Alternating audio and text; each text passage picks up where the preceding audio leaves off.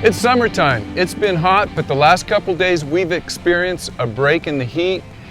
The river's been absolutely beautiful. The fish have been biting, and it has been a great time to be a Delta angler. I want to start off this report with a big shout out to my friend Max.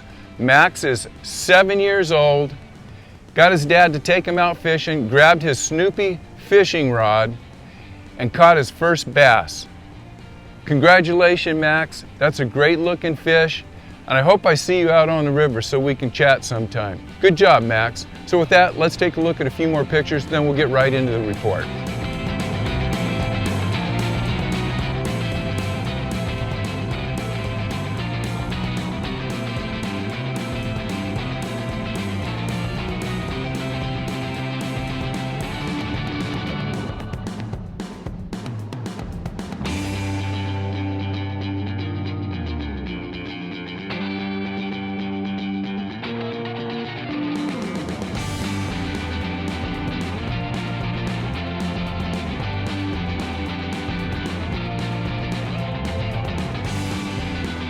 Hi everyone, thanks for tuning in. You're watching In Deep on the Delta. This is the weekly fishing report for August 13. We've got a lot of news. We got Coach Ted coming on a little later. He's going to give us a rundown on what he's been doing and maybe give you guys some suggestions on what you might want to bring out here, what you might want to look for if you're coming out in the next week. So Coach Ted will be coming up. But we got a lot of news, so let's start off and then we'll get right into the reports. Coming up, August 23rd, we've got the Mike Vaughn Classic Tournament out at Ladd's Marina. It's $100 per boat, $100 per team, barbecue lunch included. It's going to be great fun. Come on out, have some friendly competition, enjoy the barbecue, meet some new friends. We also have the Bass Hole Tackle Swap and their 5-year anniversary sale. That's going to be August 16th out at the Bass Hole, 9 to 1 p.m. Should be a great swap meet. I know Rob's going to have some great sales out there. If you want a table, if you want to sell some of your stuff that you want to get rid of, call Rob at 925-813-9485. We also have a outdoor expo, the annual outdoor expo at Outdoor Sportsman here in Stockton for you local guys. Hunting and fishing.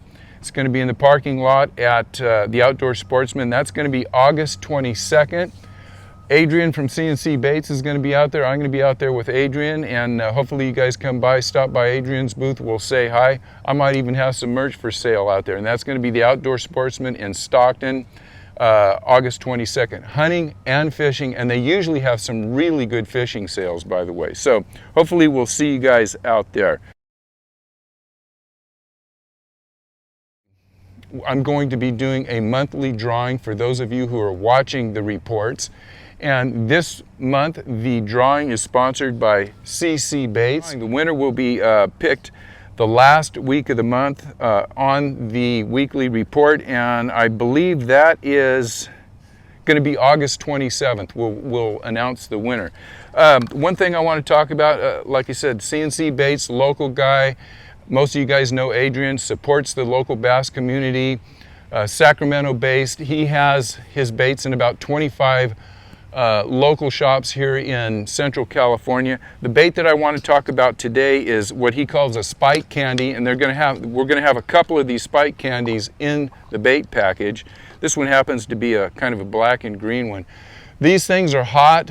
Coach Ted and I just completed a video. Ted has been killing them on these things. He's been using a kind of a red color. I think he'll probably talk about that when we get into his portion of the report. But these are standard PVC plastic. Adrian has what he calls a proprietary blend of plastic.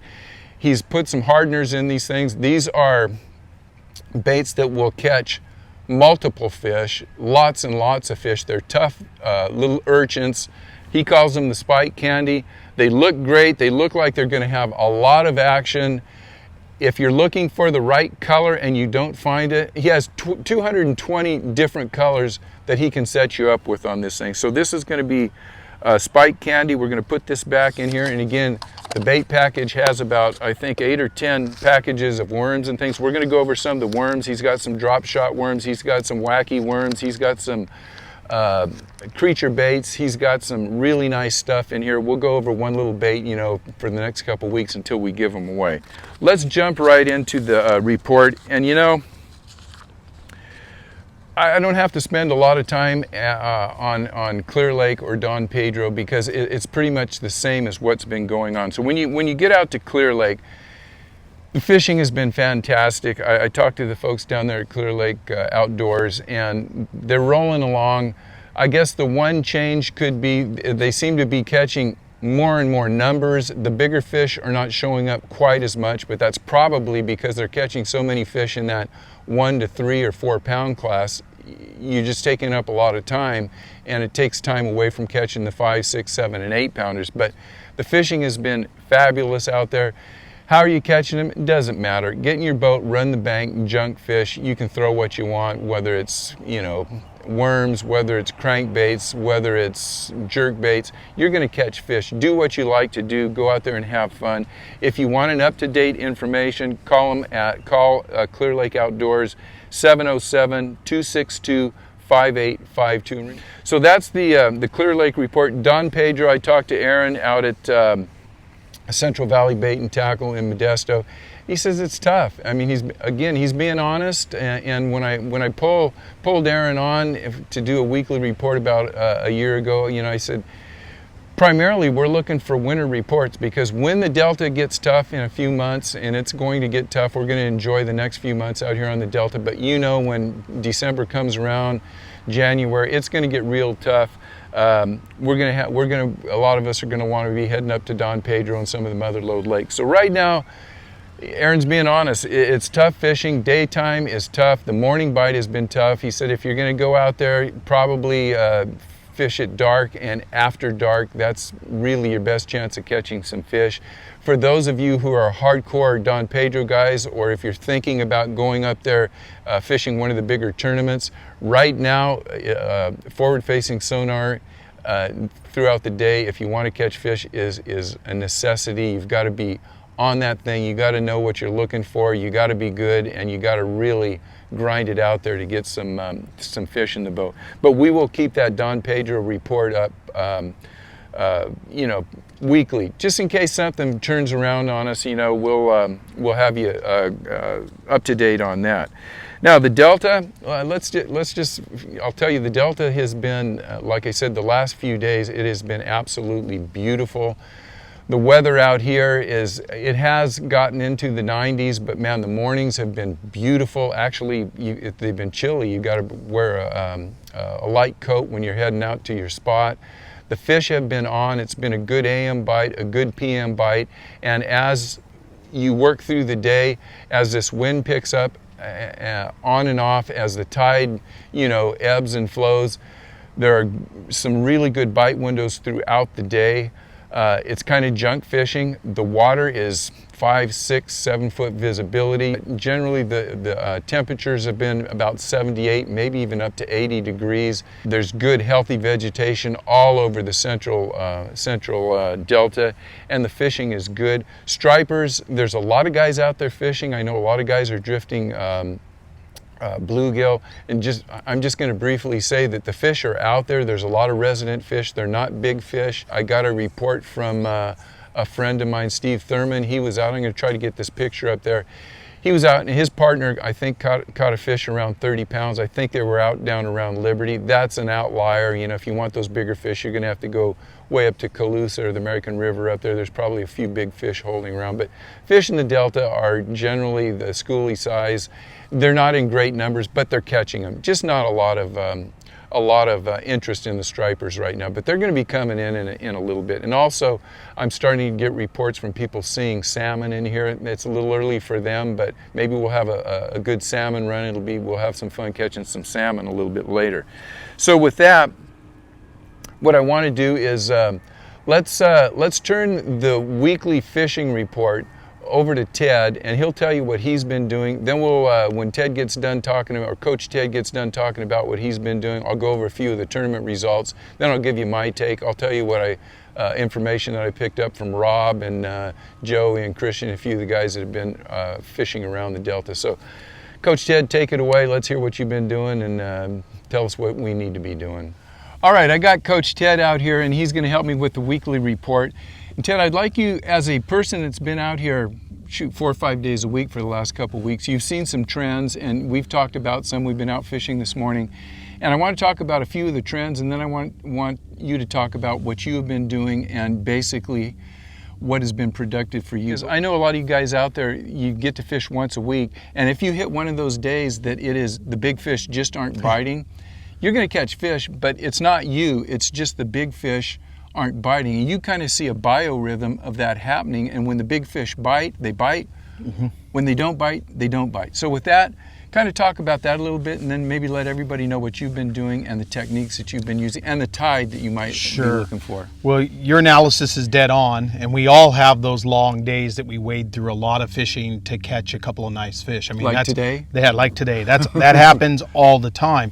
The trend has been, we came out of last week with really poor tides, very little water movement. I think it hurts the fish activity when that's going on.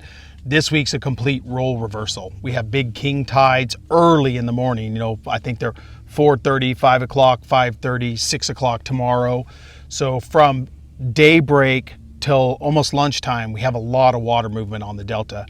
Those days are the days that you're probably going to line up and have a big fish day better than any other type of weather you can have. Great morning tides, lots of moving water. Now, if you have some overcast and some breeze, it gets even better. Yesterday morning was one of those epic days where the big fish just decided to bite. And that was Monday. That was Monday. Yeah, yesterday was a Monday, and for some reason, yesterday morning with the big water flush, it was not wading through a bunch of small fish. It was a bunch of big fish. And I had an 8 and another fish that went 12. Yesterday, I had a couple of other big fish on that I broke off. And it was really one of those mornings. But when they stopped biting, they were done for the day. Mm-hmm. I mean, it was about an hour and a half, and it was finished. We come right back out today, which is Tuesday, and we probably caught, 30 to 40 fish. Mm-hmm. And there wasn't a fish over 3 pounds. I mean, right. we couldn't get them to bite, and that's because big fish often feed once every 3 or 4 days when they really are going to get active as a group. Mm-hmm. So the trend has been the fishing, I think, this week with the big tides. If you get to fish this week, get out here on Wednesday or Thursday. We still have really big tides, right? And a lot of water movement, and these big fish are going to eat again, because even the small fish we pulled out this morning, all of them had full bellies. Oh, they were full, yeah. Everything is eating right now. I mean, this is the peak of get fat season before winter. So I think, you're going to get some more opportunities. Look for great water movement. What am I fishing? Same thing we started with this morning. A lot of early morning topwater. I'll throw a bubble walker. I'll throw a whopper plopper if I have some wind. I'm looking for early active fish. Once that topwater bite dies down, then I'm fishing a subsurface urchin. You have been drop shotting them, and you have been fishing them almost as a subsurface jerkbait. We'll talk about that, but I know we caught them on worms. What else are you throwing? You're on that chatterbait too. Talk about that chatterbait bite. Yeah, the mini chatterbait to me is the most consistent lure that I throw out here. It is just absolutely deadly. It'll catch fish when other baits won't. And if you have any type of breeze on the Delta, you can come out here almost any day and catch 30 plus fish throwing a mini chatterbait with that small 3-inch, spike trailer behind it. Is that 1/4 ounce or 3/8 ounce? It's a 1/4 ounce, right? The mini, what does the Z-Man call it? It's the Z-Man Mini. Yeah, it's just the little one. The whole bait's only about maybe 3.5 inches long. Yeah, tail, with the tail on it and everything. And I cut the skirt down to only leave about an inch of skirt material on it, and then I put that small trailer behind it, and we just absolutely, again, most consistent bait I have out here if I have to put fish in a boat. Okay, what depth are you looking at, and what tide, or do you not care? Is it a depth, or is it a tide? Is it rock, or is it tule? Well, so I think the tide determines where I'm going to fish, not how. It tells me where I'm going to go in the morning when I go out. And then from there, it's finding what the fish want. But I traditionally like, if I'm throwing a chatterbait, I like to throw it around rock banks with tules. And right? current. And current, right? I am a guy who likes water moving. So And I'm not talking just a little bit of current at the tide change. If I'm looking for my weir, I'm looking for a place where I'm an hour after the tide change, either incoming or outgoing. I want moving water because I think moving water and wind both position fish in a way that's absolutely predictable. Those fish want to sit with their face into the current, looking for lunch to come to them or breakfast to come to them. So if I know where the current is going and or wind is going, I can predictably figure out at least how I want to present in those areas so that I can pick those fish up. And we did that this morning, right? Once we got on a bank where we had a predictable current and a wind moving, we started picking up chatterbait fish, just bang, bang, bang. You picked up some nice fish on a Senko. I was fishing a chatterbait from the front. You were fishing a Senko right behind me. It didn't matter. Once we knew where the fish were and how they were positioned, then we started picking them up. And that's really the biggest thing that you can crack the code on this delta, is knowing where the fish have got their face stuck, because they're always buried in a set of toolies. They're always buried in a set of weeds, and they're looking to ambush something. So I think maybe in closing, we can tell the weekend angler or the novice angler, if you come out, everything that we saw as far as current goes, we weren't looking at tide charts or anything. We were moving around, and it's visual current. Island points, rock points, horseshoes. We could see current. So if you get to those areas that have current, just think, current's going this way, the fish are going to be looking this way. Think about how you want to position your boat, whether you're going with the wind or with the current. All of this will come into play, but as long as you're throwing a chatterbait, a worm, if you're out there at a change of light, you're using a bubble walker. I've been using a bubble walker, a rover. That's what you need to fish. And just remember, don't feel bad if you're out here one of those days where you just can't seem to catch the bigger fish. Ted had an epic day. He got a couple of fish that are lifetime fish for most people.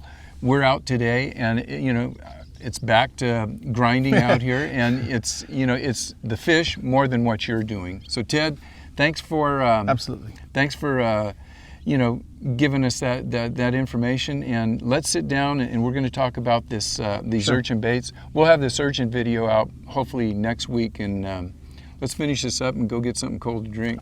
Great idea. All right. I'd like to thank Coach Ted for that. And by the way, as we mentioned, Ted and I had just completed a video on urchin baits. Ted has some very interesting riggings, and he has just been killing it on those things. And Ted goes over everything, and that's the great thing about Coach Ted. When he finds something, he doesn't mind sharing his information. Didn't leave anything out, the rigging, the baits, the techniques. It'll all be covered in that video, and that will be Coach Ted's urchin fishing video or some darn thing. We'll have that coming up hopefully next Tuesday. Let's talk about tournaments. We don't have to go into a lot of detail here. We've had the Wednesday night tournament. I think they had an ABA tournament. There was also a BBT tournament out here. And I think each one of those tournaments was won with 21 pounds and a little change. That seems to be the top end right now. Not a great weight out here, but most of the people that are winning these things, they're not catching one big fish. They're catching 5 fish that are all in that 4.5 pound class, just nice delta studs.